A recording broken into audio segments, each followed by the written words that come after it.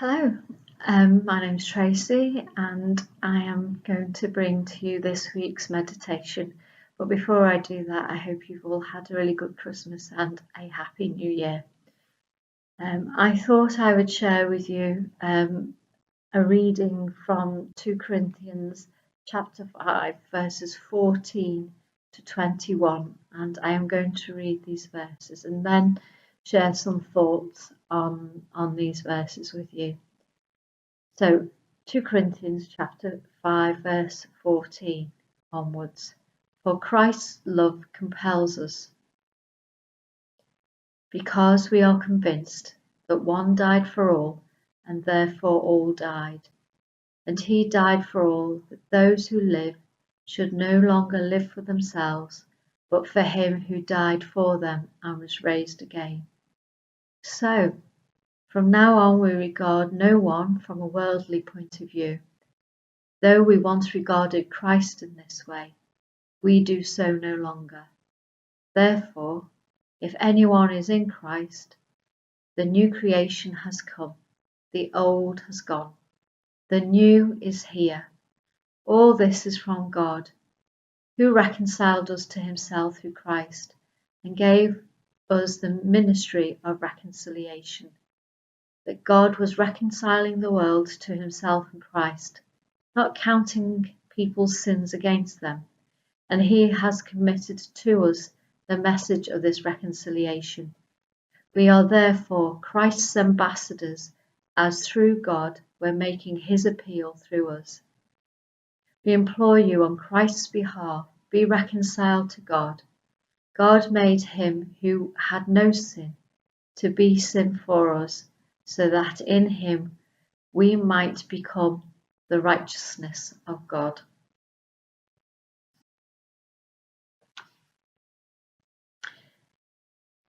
So, considering new things, generally we enjoy things that are new, such as a new car, new sofa, new shoes.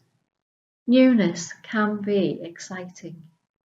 At New Year, we tend to wish for a new start, perhaps sometimes because the old year hasn't particularly gone well, or we wish the good from the old year continues into the next. We sing Auld Lang Syne at New Year. Have you ever wondered what the words mean? The lyrics of the song Auld Lang Syne are in the Scots language, and the title translates literally into English as old since. But the words can be interpreted as since long ago or for old time's sake.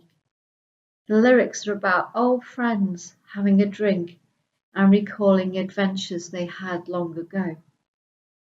So at the end of the year, the old and the new are in the forefront of our minds. What does Paul think about what is old or new here in the reading? Paul talks about our relationship with Christ before and after knowing Christ. Here in verse 16, this is how Paul sees the world. He's changed due to his relationship with Jesus. Christ brings about a whole new viewpoint in Paul. Paul talks about seeing people not from a worldly point of view, but through the lens of Christ. The definition for the change in Paul's worldview is given in verses 14 and 15. For Christ's love compels us, him, because we are convinced that one died for all, and therefore all died. And he died for all. Those who live should no longer live for themselves, but for him who died for them and was raised again. He goes on to say, from now on we regard no one from a worldly point of view.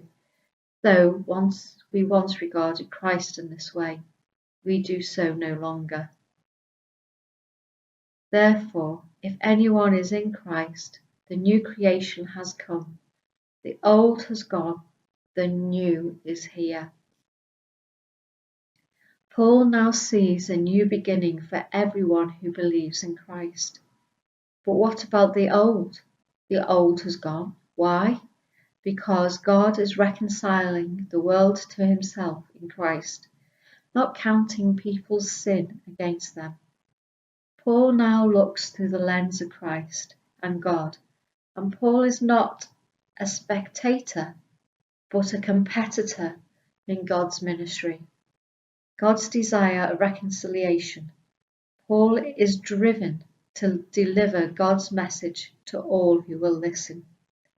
Verse 20, Paul says, "We are therefore Christ's ambassadors, as though God were making his appeal through us.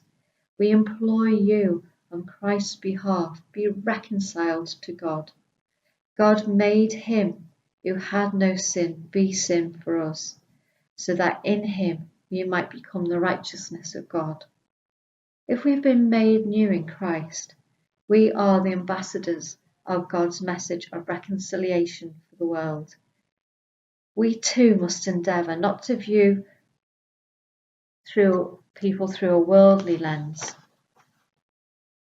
perhaps judging the past on past adventures, but to have a new view of God's mission of peace and grace brought by Christ to rescue us, our friends, our neighbours, and our foe.